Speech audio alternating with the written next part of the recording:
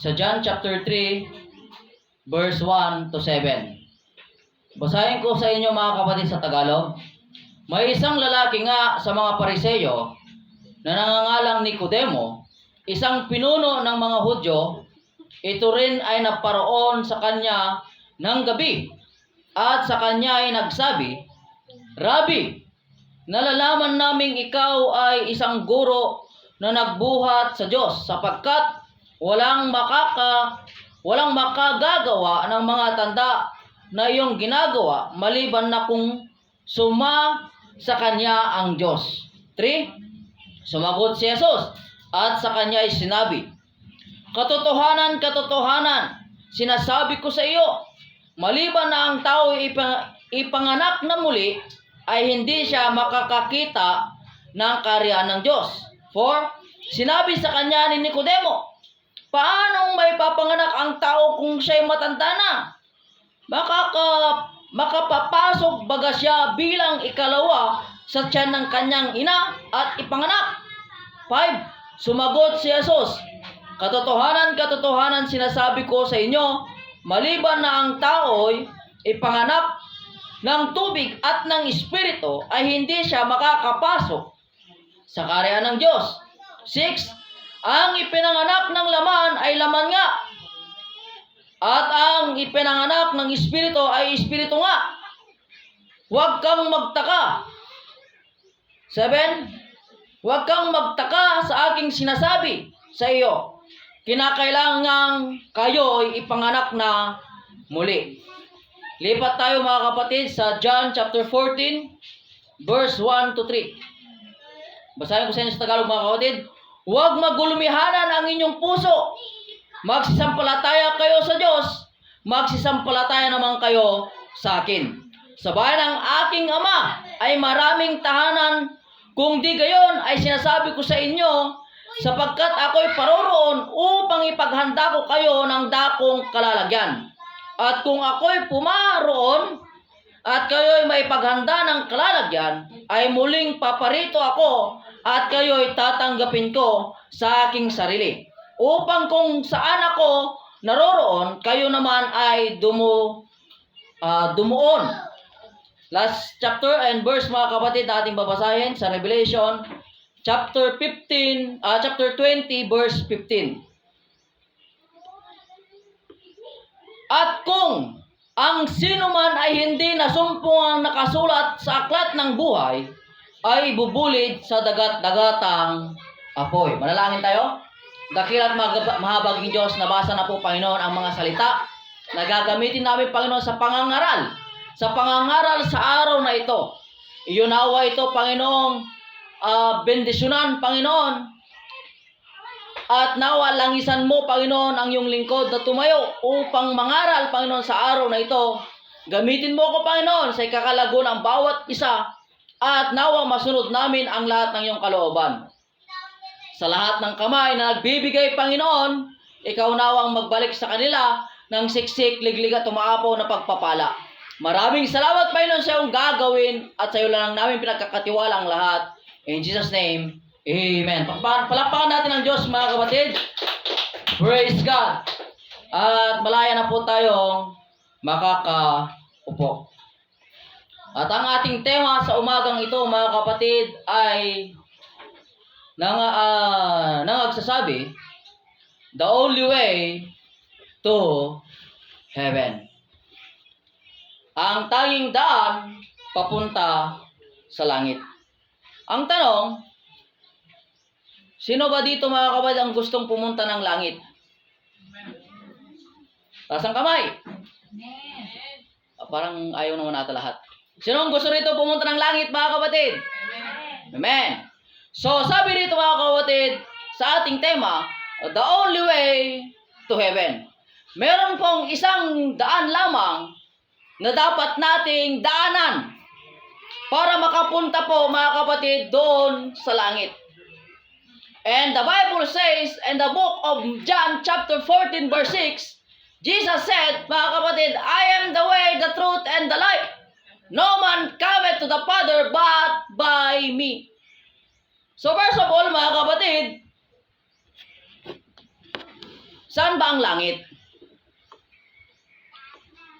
At alam niyo ba mga kapatid, ayon sa Biblia, ay meron po tayong tinatawag na tatlong uri ng langit, mga kapatid. At according sa 2 Corinthians, mga kapatid, na sinasabi ng Apostol Pablo, na yung tinatawag na rapture. Yan. Wala tayong mababasang rapture sa Bible, mga kapatid. Pero ang sinabi dito, quote up. At sabi dito sa 2 Corinthians chapter 12, verse 2, such an one quote up to the third heaven. Kaya pagdating ng rapture, mga kapatid, sinasabi dito na third heaven ang pupuntahan natin. Third heaven. Ibig sabihin, mga kapatid, merong first at merong second. Kaya meron po tayong tatlong langit. At ang third heaven, mga kapatid, doon po yung lugar kung saan naroroon po ang Panginoon. Kung saan naroroon ang ating Diyos. Na kung saan doon tayo ilalagay someday. Na sinasabi ng Bible, mga kapatid, doon ay wala nang gutom, walang magnanakaw, ang ating luha ay pupunasan ng Diyos. At doon, mga kapatid, ay wala na ang tinatawag na inggit. Walang pagod, mga kapatid. At sinasabi nila doon, mga kapatid, na doon yung lugar na tinatawag natin na forever young. Forever young, mga kapatid. Yung mananatili yung ating kabataan. Bata pa naman ako, mga kapatid. Huwag kayong tumingin sa akin ng ganyan. Parang sinasabi, tandaan na ni Pastor. No? Mananatili yung ating kabataan. Yung ating tinatawag na kapreskuhan. Doon, mga kapatid, yung lugar na tinatawag na kasaganahan. Walang lungkot, walang lumbay, walang gutom, walang uhaw. At higit sa lahat, mga kapatid, wala kang kaaway doon. At walang magnanakaw. Praise God. Kasi nga, mga kapatid, sabi nga, di ba, sabi nga ang pag-iipon ng kayamanan dito sa lupa, ay huwag kayo mag-ipon ng kayamanan dito sa lupa dahil nandito yung mga magnanakaw, nandito yung sisira, nandito yung kalawang, nandito yung mga anay, at mag-ipon kayo ng kayamanan sa langit dahil doon ay walang mga ganon. Walang magnanakaw, walang anay, walang kalawang, mga kapatid, dahil walang bakal doon. Dahil ang sinasabi sa Bible, mga kapatid, ang ating daraanan doon ay ginto at puno ng mga kristal. Kung dito, mga kapatid, hirap na hirap tayo maghanap, doon tatapakan na lang natin. Diba? Yan po yung sinasabi ng Biblia. So, first of all, saan ba yung tinatawag na first heaven? Sabi rito, mga kapatid, the first heaven, atmospheric heaven, the place when the birds fly. So, langit na pala yan, mga kapatid. Itong nakikita natin na dinadaanan ng mga ibon, ng tinatawag natin mga eroplano, yan po yung first heaven. Kaya sabi nila, mga kapatid, kaya kung gusto mo makapunta ng langit, mga kapatid, sakay ka ng eroplano, first heaven yon. Hindi naman pwedeng sumakay tayo sa ibon, mga kapatid, hindi naman tayo kayong ilipad ng ibon. So first heaven po, mga kapatid, yan po yung tinatawag na atmospheric heaven, the place when the birds fly. Yan po ang explanation ng Bible kasi wala pa naman airplane sa Bible eh. Di ba? Walang airplane sa Bible, mga kapatid. Wala tayong mababasang airplane, kundi ibon. Nasa himpapawid, mga kapatid. At sinabi ng Bible, in the Genesis, mga kapatid, the supporting verse, God divided the water in the firmament of heaven. Ibig sabihin, mga kapatid, meron tubig sa langit at meron tubig dito sa lupa, sa baba. At yung tubig doon sa langit, mga kapatid, yung tinatawag natin ulap. Amen. Amen ba, mga kapatid? Kaya yung tubig sa langit, mga kapatid, ito po yung ulap na pag umitim na yan, mga kapatid, siguradong uulan na. na-divide yung tubig sa baba at sa langit. At ang first heaven, mga kapatid, ito po yung tinatawag natin na liniliparan ng mga ibon o ng mga tinatawag nating aeroplano, mga kapatid. So, yan po yung first heaven. At sabi dito, mga kapatid, the second heaven, ito yung tinatawag natin na starry space. The place is where to go, the spacecraft. So, ang second heaven, mga kapatid, hindi na po masabi natin na labas na siya ng kalawakan. Na doon, mga kapatid, ay yung tinatawag nilang zero gravity. Na doon ay masabi natin, mga kapatid, na lumulutang na ang lahat. Praise God ba? Palakpakan naman natin ang Panginoon, mga kapatid. Yun. So, sabi ng mga kapatid, the place is where to go, the spacecraft. So, sa kalawakan na po ito, mga kapatid. Kaya, second heaven pala itong universe o itong tinatawag natin na lugar kung saan nandun yung mga between. Ibig sabihin, mga kapatid, abot tanaw pala ng mata natin ang second heaven. Abot tanaw ng ating mga mata. Kasi kung nakikita mo yung mga star, ayan pala yung second heaven. And the third heaven, mga kapatid, ito na sinasabi, the kingdom of God. This is the house of God in John chapter 14 verse 2. Yung kagaya ng sinabi binasa natin, sa bahay ng aking ama ay maraming tahanan. So, doon yung nakahandang tahanan sa ating mga kapatid na tinatawag na third heaven. So, iniisip natin, mga kapatid, nag-iisip-isip nga ako, gaano kaya kaganda ang hinanda ng Panginoon na bahay para sa atin? Wow. Sabi kasi may awit, mga kapatid, ang bahay ko sa lupa ay uuga-uga. Sabi naman kasi, ang bahay ko sa langit ay kikislap-kislap. So, ang bahay natin doon, mga kapatid, kung dito, mga kapatid, ang bahay natin dito ay bungalow, o sabihin natin na kagaya ng bahay namin sa kabungang, mga kapatid, na kahila, ang poste, pagdating doon sa langit, mansion. Kung dito hindi ka nakabahay ng mansion, doon, mga kapatid, makakabahay ka ng mansion. Yan po kasi yung hinanda ng Panginoon para sa atin. At ang sinabi niya ron, pag napaghandaan ko na kayo ng tahanan, babalik ako mismo. Hindi siya magpapadala ng iba, ha? Hindi siya magpapadala ng kung sino-sino, kundi siya mismo ang babalik at kukunin niya tayo. Ito yung sinasabi nun, mga kapatid, na caught up. Ito yung tinatawag, mga kapatid, na rapture. Hello? Ito yung tinatawag na rapture, mga kapatid. Siguro naman, hindi na kayo naniniwala naman ako, mga kapatid, na alam na natin ang tinutukoy ng rapture. Naniniwala naman ako na hindi na tayo inosente sa rapture. Marami nang nangangaral dito, mga kapatid. At sa dami nang nangangaral dito, mga kapatid, parang kwentong barbero na lang. Pero sa Bible mismo, mga kapatid, sinasabi rito na tunay ito at mangyayari ito. At alam niyo po, mga kapatid, na pinepeke na ng ibang rapture. Yan pagpasensyahan nyo na, mga kapatid, active ako sa social media. Alam niyo po, mga kapatid, na may mga lugar na pinepeke na ang rapture. Na habang sila daw ay nandoon sa isang kantina, hindi naman Christian manamit pero biglang nawala. Sabi, may nagtanong dun, totoo kaya ito? Sabi ko, kung totoo yun, dapat yung decente naman manamit yung inilagay nila doon. Huwag naman yung damit tambay. Nakita kaluluwa, mga kapatid, tapos biglang mawawala. Sipin nyo, mga kapatid, ipinapangaral natin yung kabanalan. At nakasulat sa Biblia na dapat sundin natin yung kabanalan. Dahil sabi nga, be holy because I am holy. Kaya, kung alam natin ang katotohanan, hindi tayo malilinlang. Hindi tayo maluloko. Biruin nyo yung rapture, mga kapatid, doon sa peking rapture na yon.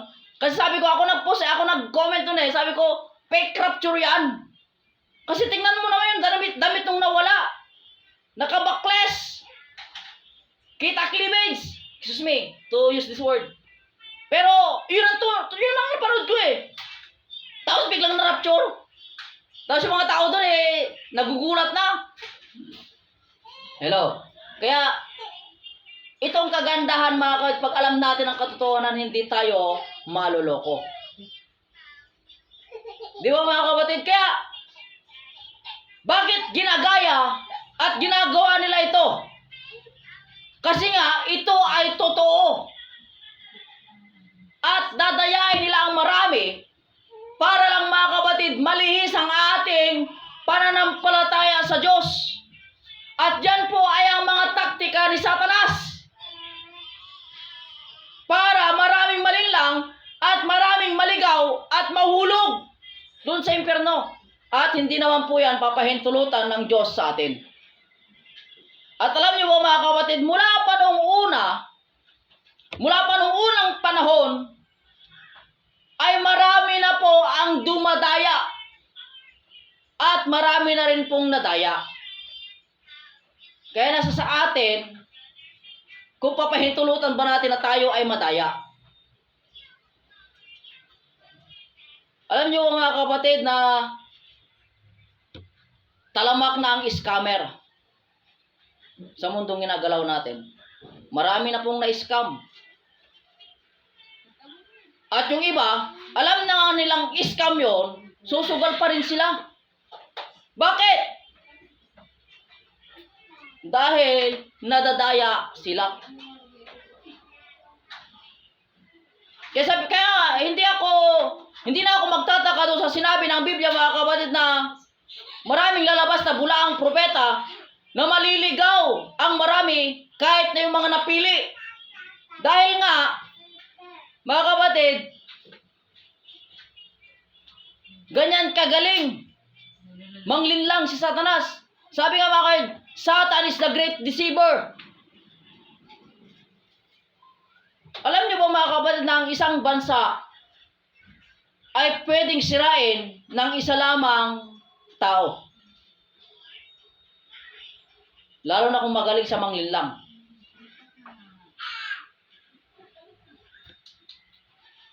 Tingnan niyo mga kapatid umpisahan natin sa relasyon. Sa relasyon ng mag-asawa. Kaya pag mayroong manglilinlang na susulsul doon sa isa, masisira ang mag-asawa kung wala silang tiwala sa isa't isa. Anong tawag doon? Deceive. Pansinin niyo mga kapatid may kakilala ako. At ilagay na lang natin sa isang pelikula mga kapatid. Yung magkaibigan ay isa ang kanilang natipuhan. At yung isa, yung natipuhan nila, nagustuhan yung isa. Sabi natin si left saka si right. Ang nagustuhan ng lalaki ay si right. At si left na ay gumawa ng paraan para masira niya ang relasyon ng dalawa. Anong gagawin niya? Gagamit siya ng mga salitang panglilinlang. Ito yung tinatawag natin na deceiving. So, pag na-deceive niya yung isa, ano mangyayari maghihiwalay? Yung pala, gumawa lang siya para makuha niya ang lalaki. So ngayon, paano nangyayari ang bagay na yon? Dahil sa relasyon ay nawawala yung tiwala. O kaya, hindi nila kilala ang isa't isa. So kinakailangan mga kapatid, sa pagbuo ng isang relasyon, dapat malalim ang inyong pagkakakilala sa isa't isa. Bagamat mga kapatid, naniniwala naman ako na lahat ng mag-asawa ay may panahon na hindi talaga nagkakaintindihan. Di ba? Pero wag natin pahintulutan na mayroong sisiksik sa ating gitna na sisirain ang ating pamilya. Dahil yan ang plano ni Satanas Yan ang gawain ni Satanas, ang sirain ang pamilya. Kaya kinakailangan mga kapatid na palalimin natin ang ating relasyon sa isa't isa, higit lalo na sa Diyos. Praise God. So, kung titignan natin maigi mga kapatid, yan po yung gawain ni Satanas. Ang hindi natin malaman ang katotohanan. Hindi natin mapalalim ang relasyon natin sa Diyos.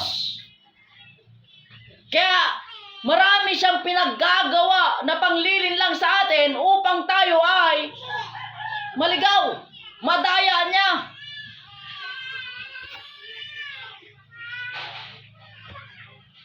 Kaya kung di tayo mag-iingat mga kapatid at hindi natin paniniwalaan ang salita ng Diyos, maliligaw tayo. At kung hindi natin papalalimin ang relasyon natin sa Diyos, maaaring maagaw tayo ni Satanas. Nakukuha niyo ba yung ibig ko sabihin mga patungkol sa isang relasyon? Ano ba ang relasyon natin sa Diyos? Di ba si Satanas at ang Diyos mga nag-aagawan sa atin?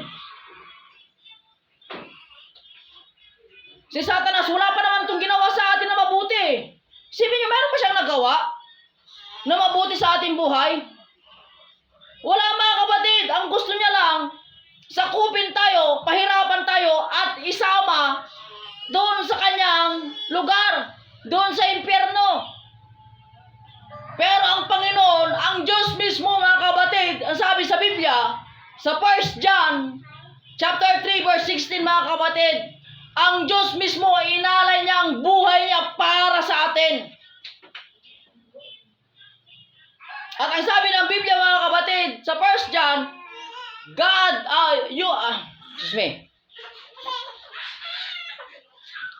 sabi doon mga kapatid, we love Him because He first loved us.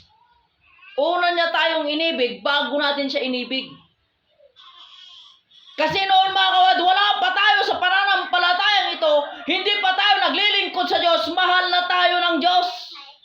Ngayon mga kapatid, dahil sa nagsisimba na tayo, sumusunod na tayo sa kalooban ng Diyos, ito yung tinatawag na sinagot na natin ang pagmamahal ng Diyos sa atin. Tama ba? Di ba sa relasyon mga kapatid, sa mag-boyfriend at mag-girlfriend sa mag-asawa mga kapatid, hindi naman sila nagsama kaagad bigla eh. Merong unang nagpahayag ng pag-ibig. At pagkatapos ng pagpapahayag ng pag-ibig, nandun yung pagsagot sa nagpahayag ng pag-ibig. Ngayon, nung sinagot mo na yung nagpahayag ng pag-ibig, kayo ay meron ng relasyon. Amen ba? Ngayon, dahil meron na kayong relasyon mga kapatid, itong si Satanas, pipilitin niya na mapaghiwalay kayong dalawa. Kaya pansin ninyo mga kapatid sa loob ng bahay, may mga konting bagay na pinagtatalunan ng mag-asawa na pwede mong pag-usapan eh. Kasi yan ang trabaho ni Satanas, sirain ang relasyon. At ang sunod ng mga kapatid, gusto niya rin sirain ang relasyon natin sa Diyos.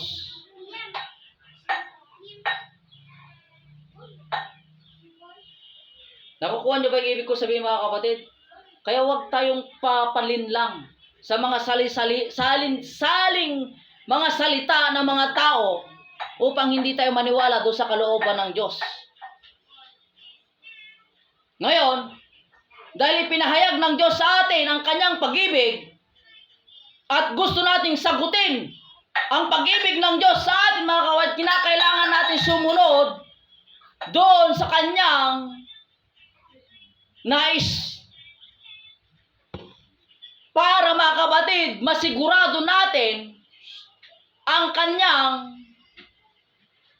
pagkuha sa atin. Dahil sinabi nga mga kapatid, Jesus Christ is the husband and the church is His wife.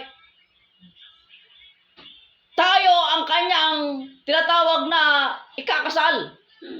Groom. Tawag ba doon? Groom? Ay, bride. Yun pala. Wala kasi sinabi sa Biblia ano eh. Bride pala ang sinabi sa Bible. The church is the bride. And the husband is Jesus Christ. Siya ang magiging asawa ng church. So nakukuha niyo ba yung ibig ko sabihin kung bakit dinadala ko kayo sa mag-asawa? Kasi si Jesus nga at tayo ang kanyang bride.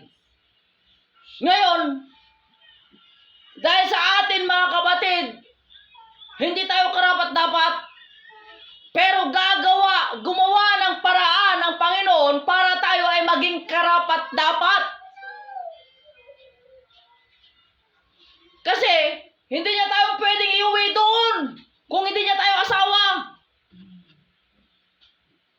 Amen ba? Amen. Kaya sagrado mga kapatid yung tinatawag na pag-aasawa. Pag inuwi mo, mahal mo. At dapat panindigan mo. Di ba? Ganon tayo kamahal ng Diyos eh. Inalay niya ang kanyang buhay. At meron tayong dapat gawin mga kapatid para masigurado na pag siya'y babalik, makukuha niya tayo. Ito na yung pag-aaralan natin mga kapatid, the only way to heaven. Kinakailangan mga kapatid na maging bride ka ng Panginoon. Pero ang masaklap kasi mga kapatid sa Bible, may 10 bride doon eh. Di ba? The 5 foolish and the 5 wise. So yung 5 foolish mga kapatid, sila yung mga tinatawag natin na ampang sa Ilocano mga kapatid. Ano ba sa Tagalog yun mga kapatid? Yung bagang pabaya. Pabaya yung 5 babae. Sa kanila lang, basta masimba-simba, okay lang yun. Walang paglago. Hindi nila iningatan yung langis, mga kapatid. Yung tinatawag na banal na espiritu ng Panginoon. Kaya naubos. At yung 5 wise, mga kapatid, sila yung inaalagaan nila yung kanilang pananampalataya. Doon, mga kapatid, sila ay nagiging stick at sumusunod sa kalooban ng Diyos. In other words, mga itong 5 pulis na babae, mga kapatid, ay hindi. Yung sasabi nila, ito yung salita nila eh. Yung 5 pulis. One save, always save. Kung mahal ka talaga. Sila yung mga 5 pulis. Na kahit ano nilang ginagawa nila, okay lang. Dahil mahal naman sila eh. Di ba may mga verse silang ginagawa doon? God is love. Maunawain ng Diyos. Kahit na ganito ako, mahal ako ng Diyos. Kahit hindi ako nagsisimba, mahal naman ako ng Diyos. Kahit hindi ako nagsisimba, kilala ko naman ng Diyos. Yan yung mga 5 pulis. Na kahit gumagawa ako ng kasalanan, mahal pa naman ako ng Diyos. Hello! Kailan pa naging konsentidor ang Diyos? Di ba? Kaya nga, ang sabi ng Bible, ang manatiling tapat hanggang sa wakas ay siyang maliligtas. Kaya kailangan natin maging wise. Huwag tayong padadala doon sa pinaggagawa ng iba. Iba tayo. Sumusunod tayo sa kalooban ng Diyos. Dahil gusto natin mga kapatid mapabilang sa 5 wise na laging nag-iingat, laging tinitignan yung langis kung puno, laging nagpapakapuspos sa banal na espiritu ng Panginoon. Kaya, be wise tayo. Ang tanong sa inyo, mga kapatid, susunod ba kayo sa kalooban ng Diyos?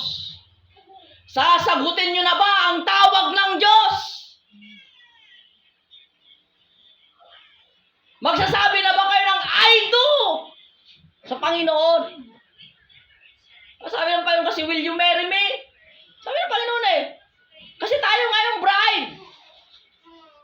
Ang pagsagot ng I do, mga kapatid, ay gagawin mo na yung kalooban niya. Praise God, mga kapatid. Sabi dito, mga kapatid, na in John chapter 3, verse 16, for God so loved the world that He gave His only begotten Son. Tignan nyo sinasabi ng Panginoon, mahal ko kayo. Di ba? Mahal tayo ng Diyos. For God so loved the world. Ibig sabihin mga kapatid, walang exempted doon. Lahat mahal ng Diyos. Niniwala ba kayo doon mga kapatid? Walang exempted. Lahat mahal ng Diyos. Lahat tayo. For God so loved the world. Pero alam niyo ba mga may kondisyon ng Diyos eh. Hindi ibig sabihin pag mahal ka niya, konsentidor na siya. Hindi ka na niya i-correct, pababayaan ka na niya. Kahit anong gagawin mo. May kondisyon ng Diyos sa John 3:16. Sabi doon, but whosoever, kung sino man. Ibig sabihin mga kapatid, totoo na mahal niya lahat ng tao. Di ba? Lahat mahal niya. Kaya nga inalay niya yung buhay niya para sa ating lahat eh. Pero, meron siyang kondisyon. But whosoever believe in Him should not perish. Ibig sabihin mga kapatid, kahit mahal niya tayong lahat, kung hindi ka susunod sa Kanya, ay merong parusang nakaalay para sa'yo. Kung hindi ka susunod sa Kanya. Ang bigat, no? Sabi mo, mahal mo ako, pero paparusahan mo rin pala ako. Eh, hindi ka marunong magbalik ng pagmamahal eh. Di ba? Hindi mo na ibinabalik yung pagmamahal. Hindi mo naman siya sinasagot ng aido. Eh, paano kanya papakasalanan? Hindi ka naman nag-aido. Di ba? So, ang tawag doon mga kapatid, kinakailangan po na gawin natin yung part natin para sa Panginoon. But whosoever believe on Him should not perish but have everlasting life. Everlasting life sa karyaan ng Diyos kasi iuwi niya tayo doon. Amen ba? So, handa ka na ba mag-aido? Lahat magsabing amen. Parang dadalaw lang ata nag-aido mga kapatid. Lahat ba tayo mga ay handa na mag-aido sa Panginoon? Amen. Yun. Praise God. Palakpakan natin ang Diyos mga kapatid. So what should I do? Ano ang gagawin natin mga kapatid? So sabi rito, ito ang dapat natin gawin para tayo ay makapunta doon sa third heaven. Para tayo ay maging qualified na asawa ng Diyos. Para tayo ay maging qualified na bride ng Panginoon, mga kapatid. Sabi rito, yung conversation nila ni Nicodemo. Sabi doon, isang tao na nangangalang Nicodemo, isang ruler, isang tinatawag na leader doon sa ng mga Hudyo. At pumunta siya sa Panginoon ng gabi upang magkipag-usap. At ang sabi doon mga kapatid, at siya ay nagtatanong kung paano ba, paano niya sasagutin ang Diyos, paano siya mag-aaido. At ang sabi ng Panginoon, mga kapatid, except a man be born again, he cannot see the kingdom of God. Pag ikaw ay hindi na born again, hindi mo makikita ang karya ng Diyos. Tignan nyo matalinong tao ito. Si Nicodemo. Pero alam nyo kung anong sagot ni Nicodemo? Panginoon naman niloloko mo naman ako Pwede ba na papasok ako sa sinapupunan ng aking ina upang isilang muli? Ano ba Panginoon? Niloloko mo naman ako Pero yun ang... Di ba? Kung gagawa natin ng komentary, gano'n ang ginawa niya Nicodemo Hindi niya naunawaan. At ang sabi ng Panginoon, verily, verily, I say unto you, except a man be born of water and of the Spirit, he cannot enter into the kingdom of God. Yung una mga kapatid, sabi niya doon, be born again, he cannot see. Ang hindi may panganak muli, hindi niya makikita. Pero kapag ikaw ay panganak sa tubig at sa Espiritu, maaari kang makapasok. Pero kung hindi ka may panganak sa Espiritu at sa tubig, hindi ka makakapasok. Kuha nyo ba yung ibig sabihin ng mga ito? Paano ba talaga maging bride ng Panginoon? Kapag sinagot mo siya mga kapatid, Kapag nag-aido ka sa Panginoon, ibig sabihin, you are willing to submit yourself into water baptism and into the Holy Ghost baptism. Yung water baptism, mga kapatid, pwede kong ibigay sa inyo. Pero yung Holy Ghost baptism, hindi ko kayang ibigay. Dahil sabi nga ni Apostol John, mga kapatid, ni John the Baptist, rather, sabi niya doon, I will baptize you in the water for the repentance. But, there's someone, merong darating, na mas dakila sa akin na kahit yung sandalyas niya, wala akong karapatang magbitbit. Siya ang magbabautis po sa inyo, sa Espiritu at apoy. Amen. So, ang Espiritu Santo, mga kapatid, binabaptize ito ng Diyos sa atin. Siya mismo ang magbabaptize sa atin. At merong tanda doon. Ang sabi ng Book of Acts, chapter 1, mga kapatid, chapter 4, at bumaba sa kanila ang Espiritu Santo na parang dilang apoy. At sila ay nagsalita ng iba't ibang wika ayon sa ibinigay sa kanila ng banal na Espiritu. So, ibig sabihin mga kapatid, merong pagsasalita ng iba't ibang wika. Pastor, paano tanggapin yung bautismo sa pangalan sa Espiritu Santo? Una sa lahat, mga kapatid, merong pagpapakumbaba. Pangalawa doon, mga kapatid, meron yung tinatawag na repentance, pagsisisi. At ang pangatlo doon, mga kapatid, hayaan mo na ang Diyos ang kumilos. At ang pang-apat doon ay magpuri ka sa Panginoon at huwag kang pa-distract sa paligid mo. Yun lang ang gagawin natin, mga kapatid. Bakit walang karapatan ng pastor magbautismo sa inyo sa Espiritu Santo? Hindi ko naman alam kung anong nasa loob ninyo eh. Alam ko ba, nagsisisi ba kayo ng totoo? Hindi. Madali kasi natin sabihin yan eh. Pastor, nagsisisi na ako. Madali. Pero ang Diyos, alam niya yung kalooban mo. Alam niya yung nasa loob mo. Kita niya lahat, mga kapatid. Ang nilalaman ng puso ng bawat isa, maging ang isip natin. Sabi nga nila, mga kapatid, pag ikaw ay nananalangin, hindi nababasa ni Satanas ang laman ng iyong isip. Pero ang Diyos, alam niya kung anong laman ng ating isip. Kaya, walang karapatan ng pastor. Kasi tao lang din ako. Hindi ko naman nababasa, hindi ko naman nai-scan ang ugali ninyo. Pero pag natanggap mong banal na Espiritu, ibig sabihin, tinanggap ka ng Diyos. Kaya nga sabi doon sa book, sa Acts chapter 10, meron pa bang makakapagpigil sa tubig na sila ay bautismuhan sa pangalan ng Panginoon, natanggap na nila ang banal na Espiritu na gaya ng tinanggap natin. Ibig sabihin, mga kapatid, yun na yung clarification eh. Yun na yung patunay na ang banal na Espiritu ay para sa lahat. At ang bautismo, mga kapatid, ay pwede kong ibigay sa inyo. Pwede akong mag-initiate sa inyo agad ang bautismo sa pangalan ni Jesus. Pwede kong gawin yun dahil pastor ako. Mga kapatid. Kaya ang tanong doon, handa na ba tayo mag-aido sa Panginoon? Praise God. At ang sabi dito, mga kapatid,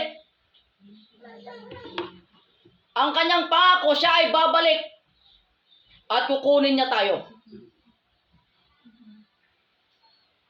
Sino kukunin niya? Siyempre, yung mga gagawin niyang asawa niya. Yung tinatawag natin na bride. Yung tinatawag natin na church. Tayo, mga kapatid. Sabi nga doon, mga kapatid, na we are the body. No? Lahat tayo, mga kapatid, kukunin niya. Kung sasagutin natin ang tawag niya. Kung sasagutin natin o kung mag-aaido tayo sa Kanya. At ang pagpapatunay doon, mga kapatid, nag-aido tayo sa Kanya, yung tatanggapin natin ang bautismo sa pangalan niya. Mga kapatid. Sabi nga doon, mga kapatid, ang nabautismuhan kay Kristo, sila ay bagong nilalang na. Ang lahat ay nakalipas na at ang lahat ay magiging pawang bago. So yan po mga kapatid sinasabi doon At tayo magiging bagong nilalang. At sabi doon mga kapatid, ang lahat ng nabautismuhan kay Kristo ay ibinihis si Kristo. So, pag sinabi mo, Pastor, baptized na ako eh. Doon sa pangalan ng Ama at Anak ng Espiritu. Okay na ba yon? Alam niyo ba sa Bible, merong rebaptize. Tignan niyo doon sa Book of Acts. Sabi doon, hindi namin alam yan. Hindi namin alam yung banal na Espiritu na sinasabi mo. Pero nabautismuhan na kami kay John the Baptist. Sabi naman doon sa Book of Acts, mga kapatid, ay dapat kang ma-rebaptize. Dapat sa pangalan ng Panginoon. Sa pangalan ni Yesu Kristo. So, mali pala mga kapatid. Kulang. Yung Ama, Anak at Espiritu. Kasi ang sabi doon sa 28:19 mga kapatid, sa pangalan. Hindi doon sa katawagan. Kundi doon sa pangalan tayo mabautismuhan. At yung pangalan na yon, yung nakakapagligtas sa sinabi doon sa Acts chapter 4 verse 12. Sabi doon mga kapatid, na kinakailangan, wala nang ibang pangalan pang ibinigay sa silong ng langit na sukat nating ikaliligtas. At ang pangalan na ibinigay mga kapatid ay walang iba ang pangalan ni Jesucristo. Kaya sinasabi doon sa Acts chapter 2 verse 38, then Peter said unto them, repent and be baptized every one of you in the name of Jesus Christ for the remission of your sin, and you shall receive the gift of the Holy Ghost. And following verse, this promise is for unto you, para sa iyo, at para sa mga anak mo, at para sa lahat, at sa lahat pang tatawagin ng Panginoon. Praise God, yun ang sinasabi sa Bible mga kapatid. And the only way to go into the heaven mga kapatid, ang tangi lamang paraan para tayo ay iuwi ng Panginoon doon sa langit, ay kinakailangan na tayo ay ma-born again, not only in the water, but also into the Spirit of God. Palakpakan natin ang Diyos mga kapatid. Praise God. So, napakaliwanag po mga kapatid. Kaya nasa sa atin ang desisyon. Kung tayo ba ay sasagot o tayo ba ay tutugon sa paanyaya ng Panginoon sa atin. Hallelujah. Alam ko mga kapatid na lahat tayo ay matured na. Lahat tayo ay nakakaunawa na. Alam na natin kung ano ang dapat at hindi dapat. Kaya ito ang paanyaya sa iyo ng Diyos. Bago ka magdesisyon na magpabautismo sa araw na ito, maaari bang magpakumbaba tayo sa harapan ng Diyos? At habang lahat tayo ay tumatayo sa oras na ito mga kapatid, maaari ba natin kausapin ang Diyos? Maaari ba mga kapatid na manalangin tayo? Maaari ba mga kapatid na magpag-guide tayo sa Panginoon? Hallelujah! Praise God. Habang pinapakinggan natin mga kapatid,